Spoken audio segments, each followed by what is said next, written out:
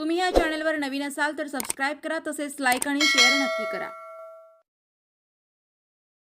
भगीरथ भालके यांच्या जन आशीर्वाद यात्रेला मंगळवेढा तालुक्यात मतदारांकडून उत्स्फूर्त प्रतिसाद। पंढरपूर मंगळवेढा मतदारसंघात भगीरथ दादांची तुतारीच्या दिशेने वाटचाल। आगामी विधानसभा निवडणुकीत आम्ही सर्वजण भगीरथ दादांच्या मागे ठामपणे उभे राहणार। दिनांक 14 सप्टेंबर 2024 पासून या जन आशीर्वाद यात्रेस सुरुवात झाली आहे। आज या यात्रेचा तिसरा दिवस असून प्रत्येक गावातील नागरिकांकडून समस्या अडचणी जाणून घेत आहे। याप्रसंगी तेथील ग्रामस्थांनी समस्यांचा पाढाच भगीरथ भालके यांच्या पुढे वाचला।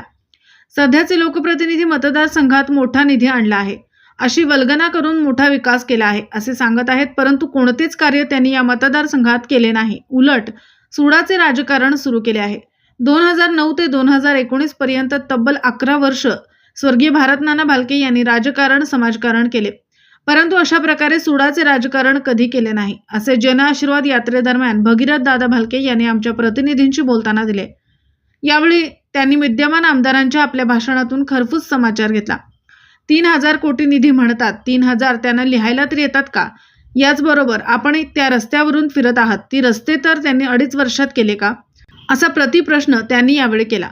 पंढरपूर मंगळवेढा मतदारसंघातील जनता ही सुज्ञ असून त्यांना कुणी विकास केला आणि कोणी केला नाही याची चांगलीच माहिती असून मी लवकरच पक्ष व माझी उमेदवारी उघडपणे जाहीर करणार असल्याचे यावेळी भगीरथ दादा भालके यांनी बोलताना स्पष्ट केले। नमस्कार दादा, सध्या तुम्ही जन आशीर्वाद यात्रेच्या माध्यमातून मंगळवेढा तालुक्यामध्ये फिरत आहात। आज तिसरा दिवस आहे, काय नेमकं समस्या आहे, तुम्ही काय जाणून घेतलं नेमकं समस्या? परवा दिवशी या भागाचं आराध्य दैवत मंगळवेढा तालुक्याचं हुन्नूरच्या बिरोबाचं दर्शन घेऊन त्या ठिकाणी या जन आशीर्वाद यात्रेला सुरुवात केली। परवा दिवशी 6 गावं, काल 6 आणि आज 6व्या गावातलं आज हे 4थं गाव। या जवळजवळ 16 गावामध्ये गेल्यानंतर जे नानांनी 2009 पासून ऋणानुबंधातून जोडलेले सगळे वडीलधारी मायबाप जनतेसाठी वाढीवस्तीवरती गावापर्यंत जाऊन त्या ठिकाणी आशीर्वाद घ्यायचा आणि आपली भूमिका त्यांच्याशी संवाद, तरुण सहकारी मित्रांशी संवाद साधायचा, यासाठी या जन आशीर्वाद यात्रेची सुरुवात केली।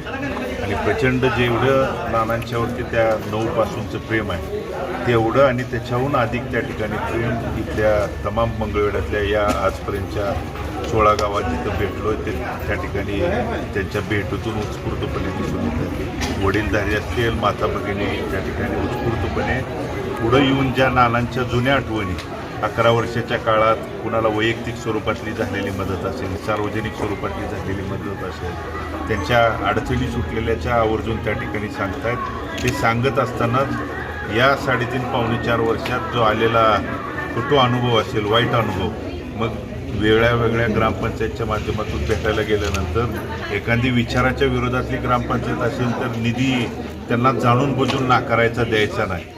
आज या डिकसळ गावामध्ये, या डिकसळ गावातल्या इथल्या ग्रामपंचायतच्या आमची सहकारी निधी मागायला लोकप्रतिनिधींच्याकडे गेल्यानंतर निधी नाही म्हणून एकीकडे लोकप्रतिनिधी आमदार सांगतायत आणि आठवड्यात दुसऱ्या गावांना त्या ठिकाणी निधी देत आहेत। तर का मग ह्या गावातल्या लोकांना आमदारांकडं त्या ठिकाणी निधी मागायचा देखील अधिकार नाही का? हे जाईल त्या गावामध्ये निधीच्या बाबतीत दुजाभाव केला जातोय।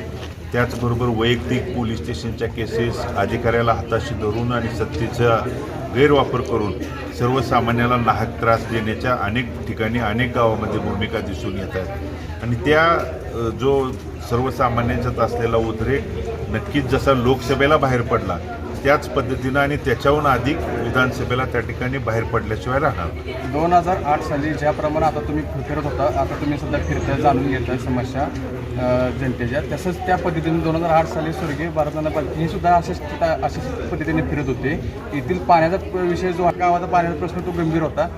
ज्यावेळी ज्या टायमाला त्यांनी विधिमंडळाचा स्वर्गीय नाना यांनी पाण्याविषयी प्रश्न मांडलेला आहे, आता ती त्याबद्दल काय नेमकी स्थिती आहे? कारण 24 काय लोकांची परिस्थिती काय, लोकांचं मत काय त्याबाबत? त्यावेळी शेतीच्या पाण्यासाठी 35 गावातली 24 गावांची उपसा सिंचन योजना आणि उर्वरित राहिलेली 11 गावं हे म्हैसाळच्या योजनेत, आणि नंतर 11 गावं म्हैसाळच्या योजनेत बसवल्यानंतर नानांनी आणखी त्यात 7 गावं वाढवून सुड्डीपर्यंत शेवटचं टोक त्या ठिकाणी म्हैसाळच्या योजनेत समाविष्ट करण्याचं काम लोकप्रतिनिधी म्हणून केलं। आणि जवळजवळ तिथल्या 11 आणि 7 18 गावं आणि इकडं जवळजवळ 24 गावाची उपसा सिंचन योजना जी आज विद्यमान लोकप्रतिनिधी आमदार त्या ठिकाणी ही योजना झाली आहे पूर्ण मी झाली आहे आणि पाणीदार आमदार म्हणून तालुक्यात फिरत असताना दुसरीकडं मात्र नानांनी कारण त्यांचा जो JR योजनेचा मंजुरीचा जर बघितला तर 2014च्या मान्यतेनुसारच त्या ठिकाणी मंजुरी देण्यात येत आहे म्हणून सांगितलं. पण ती मंजुरी होत असताना नानांनी जे त्या योजनेमध्ये समाविष्ट केलं होतं त्याच्याशी मुद्दामन छेडछाड करून ती योजना फिजिबलच होऊ नये अशा पद्धतीचा घाट किंवा पाप करण्याचं काम या लोकप्रतिनिधीनं केलं आहे. मग काय केलं आहे तर जी 2.2 TMC पाणी आणि 24 गावाला जे हे पाणी येणार आहे ते ज्या ठिकाणी मान नदीत त्या ठिकाणी पाणी आपण अडवणार आहे तिथं बॅरेगेज त्या ठिकाणी होता तो बॅरेजच त्या ठिकाणी वगळण्याचं काम या योजनेतनं झालं आहे. आणि ते पाणी कसं सोडणार आहेत तर 3 ते 5 एकर म्हणजे 5 एकराचं शेततळं काढायचं येणारं नदीतलं पाणी ते शेततळ्यात त्या ठिकाणी सोडायचं आणि शेततळ्यातून उपसा करून ते पाणी हजारो हेक्टर शेतकऱ्यांच्या त्या ठिकाणी शेतीला बंदिस्त पाईपलाईननं पुरवायचं. मला फक्त तुमच्या माध्यमातून जनतेला असेल किंवा हे आज म्हणजे सर्वसामान्याला वेड्यात काढण्याचं काम करणाऱ्या लोकप्रतिनिधी जे स्वतःला इंजिनियर म्हणून घेऊन फिरत आहेत त्यांना विचारायचं आहे की 5 एकराच्या शेततळ्यातून 2.2 TMC येणारं पाणी जे त्या ठिकाणी ही योजना तरी फिजिबल आहे का म्हणून कशासाठी तुम्ही लोकांना दिशाभूल त्या ठिकाणी करताय. मूळ नानांनी प्रयत्न करून बॅरेगेज मोठा बंधारा त्या ठिकाणी बांधायचा मग येणारं पाणी त्या ठिकाणी अडवायचं आणि ते पाणी उपसा करून त्या ठिकाणी शेतकऱ्याला द्यायचं ही योजनेत त्या ठिकाणी प्रस्तावित असताना फक्त त्यात बदल करायचा आणि ती योजनाच फिजिबल होऊ द्यायचं नाही हे काम त्या ठिकाणी सध्या जोरात सुरू आहे. सध्या ते जे विद्यमान आमदार आहेत ते सध्या गावोगावी फिरत आहेत. 3,000 कोटी कोटीचा निधी या मतदारसंघात आणला असं त्यांनी तसं काय वाटतंय का तसं तुम्ही 3रा दिवस आहे या मतदारसंघात फिरताना तसं काय वाटतंय का 3,000 कोटीचा निधी गावोगाव गेल्यानंतर मी विचारतोय एकीकडं लोकप्रतिनिधी आमदार 3,000 कोटीचा निधी त्या ठिकाणी दिलाय म्हणून सांगतायत. तुमच्या गावात किती निधी आला म्हणून जर सांगितलं तर आज हे माझ्या जन आशीर्वाद यात्रेतलं 16वं गाव आहे. या 16व्या गावांनीच तुम्ही इथं मी त्या ठिकाणी बोलल्यानंतर इथल्या गावकऱ्यांना परिस्थिती विचारा प्रत्यक्ष. निधी मागायला गेल्यानंतर निधी संपलाय म्हणून लोकप्रतिनिधी एकीकडे सांगतायत आणि मग 3,000 कोटी कुठं गेले. बरं 3,000 कोटी मतदारसंघात आले तर एका गावाला 1 रुपया द्यायचा. या गावाला 1ही रुपये गावामध्ये रस्त्याची त्या ठिकाणी निकृष्ट कामं सुड्डीमधल्या एका तरुण सहकाऱ्याने सांगितलं महिन्यापूर्वी किंवा यापूर्वी दिलेला काम वाहून तो रस्ता त्या ठिकाणी पावसाच्या पाण्यात गेलाय. आसबेवाडीतल्या ग्रामस्थांनी सांगितलं आम्हाला दिलेला रस्ता एकतर करण्यासाठी 1 वर्ष उशीर लावला आणि 3 महिन्यापूर्वी त्या ठिकाणी केलेला रस्ता मग आज त्याची परिस्थिती बघितली तर 40 ते 50% रस्ता उकडून गेलाय. तक्रार कोणाकडे मांडायची कारण या तालुक्यातले जवळजवळ जे सगळे रस्ते आहेत किंवा ठेकेदारी आहे 60% लोकप्रतिनिधीच्याच एजन्सीवर आहेत आणि उर्वरित राहिलेले 30-40% इतर बगलबच्च्यांना कामं दिली जात आहेत आणि निकृष्ट कामं त्या ठिकाणी केली जात आहेत.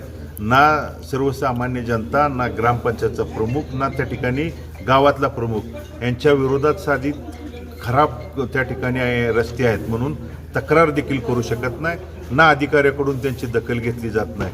लोकप्रतिनिधीनं जबाबदारीनं याउलट जर चुकीचं काम जर ठेकेदार कोण करत असतील तर त्याला खडसावणं आणि अधिकाऱ्याला धारेवर धरणं हे त्या ठिकाणी होणं गरजेचं असताना स्वतःच लोकप्रतिनिधी ठेकेदार असल्यामुळं कुणी कोणाला धारेवर धरायचं हाच प्रश्न या मतदारसंघात त्या ठिकाणी उद्भवला आहे. 2009 ते 2000 या कालच्या 19 पर्यंत स्वर्गीय भास्करराव गालके यांनी राजकारण केलं पण असं सोडा राजकारण केलं असं कधी तुम्हाला पाहावंच मिळालं का नाही. हे मी तर त्या ठिकाणी विचारतोय उलट मी सगळ्या गावोगाव जाणाऱ्या वडीलधाऱ्यांना इथल्या मायबाप जनतेला विचारतोय की 2009 ते 2020 या 11 वर्षाच्या कार्यकाळात नानांच्याकडून कुठल्या ग्रामपंचायतीला निधीच्या बाबतीत दुजाभाव झालाय का. कुठल्या गावांना एखादं मोठं गाव आहे मग एखादं छोटं गाव आहे म्हणून निधीच नाही निधी द्यायचा नाही अशा पद्धतीचा कुठं दुजाभाव झालाय का. कुणाला पोलीस स्टेशनच्या माध्यमातून अधिकाऱ्याला हाताशी धरून त्रास देण्याचा प्रकार झालाय का.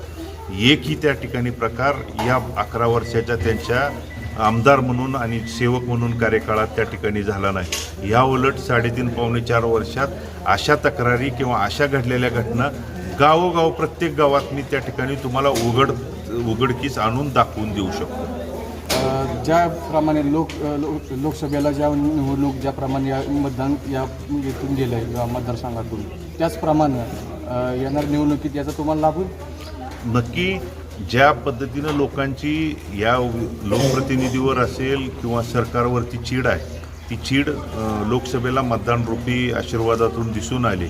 त्याच्याहून अधिक तीव्र भावना विद्यमान लोकप्रतिनिधींच्या विरोधात आहे. सोडाचं राजकारण, चुकीच्या कामाची पद्धत आणि नाहक त्रास सर्वसामान्यांना दिला तर लोक ज्यावेळी वेळ येईल त्यावेळी त्यांच्या हातात त्या ठिकाणी त्या वेळेचा उपयोग आल्यानंतर नक्कीच करून दाखवतील आणि येणाऱ्या विधानसभेला या लोकसभेपेक्षा सुद्धा जास्त मताधिक्य देण्याची भूमिका या सरकारच्या विरोधात, या लोकप्रतिनिधीच्या विरोधात जाऊन त्या ठिकाणी माझ्या पाठीशी आशीर्वाद देतील.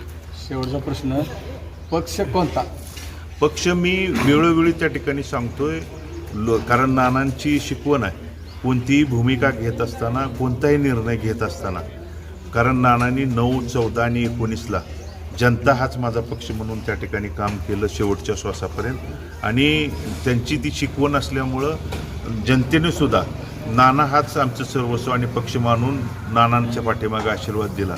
मी सुद्धा लोकसभेच्या वेळी निर्णय घेत असताना सगळ्या प्रमुख पदाधिकाऱ्यांना, वडीलधाऱ्यांना विचारात घेऊन महाविकास आघाडीच्या पाठीमागं खासदार प्रणितीताईंच्या आणि खासदार धैर्यशील भैयांच्या पाठीमागं उभं राहण्याचं आपल्या प्रमुख पदाधिकाऱ्यांनी, लोकांनी सांगितलेल्या पद्धतीनं आम्ही प्रामाणिकपणे काम केलं आणि या मतदारसंघातून 45,500चं मताधिक्य त्या ठिकाणी देण्याची भूमिका पार पाडली.